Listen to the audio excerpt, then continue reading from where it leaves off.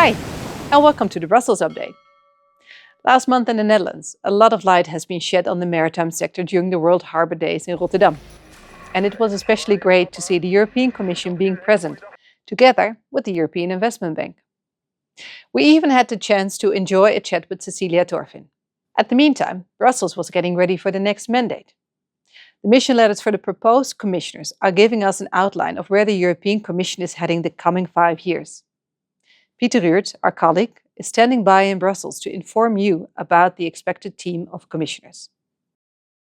I'm standing here at the Berlaymont building, which is the headquarters of the European Commission. And the reason why I'm standing here is because Ursula von der Leyen, President of the European Commission, has recently unveiled her proposed team of EU commissioners. Taking a closer look at the roles of the commissioner designates, the conclusion that we can draw is that the positions are fairly interconnected, meaning that the commissioner designates will most likely closely collaborate with each other. If the Dutch commissioner designate Wopke Hoekstra will be approved during the hearings of the European Parliament, he will be working on sustainable growth, climate adaptation and taxation initiatives. Most relevant for shipping is that Greece gets the position of Commissioner for Transport, meaning that Commissioner designate Apostolos Tzitzikostas will be working on the maritime industrial strategy.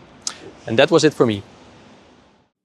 Besides the announcement of the expected commissioners, another development last month was the long-awaited release of the Draghi report on the competitiveness of Europe. We had the chance to go more in-depth during an interview with the Secretary General of ECSA. So let's go to me, but then in Brussels. What are the biggest challenges for shipping in the coming 5 years? And what's the best thing you want to reach with your team? We're going through a period when everybody has realized that as Europeans, we were lagging behind in terms of competitiveness, in terms of investing in technologies, in innovative technologies. And that would be the biggest challenge for the whole European economy. That was the main finding of the Draghi report. How can we decarbonize? Yeah. How can we organize the energy transition of our continent, and at the same time to stay competitive, to enhance, in fact, our competitiveness. Are we innovative? I think on our side, we're doing a tremendous progress. All in all, I would say that sometimes we need to zoom out. This is something that we do often in the shipping world. Yeah. We focus too much on ourselves, and we should. I'm not saying the opposite. But on the other hand, we need to zoom out and see what's happening in other sectors of the economy. All in all, we're not innovative. This is the main finding of the Draghi report. We are still competitive. We are mainly export goods and service, quality goods and services to the rest of the world. Yeah. We import energy, we export quality goods and services. The thing though is that we haven't invested in clean tech, and the green transition gives us a huge opportunity to become more innovative at the same time. And this is the main recommendation of the Draghi report to all sectors of the economy. And this is where we see a huge opportunity for the shipping sector as well. The full interview is uploaded on our YouTube channel, where we also upload all the Brussels updates.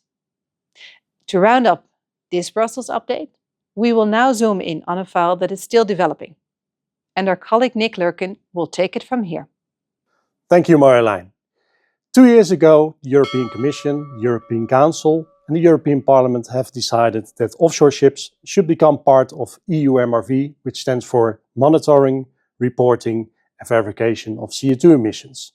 But now the big question, what is an offshore ship? Oil rigs, dredgers, but what about cable layers? Are they also offshore? No worries.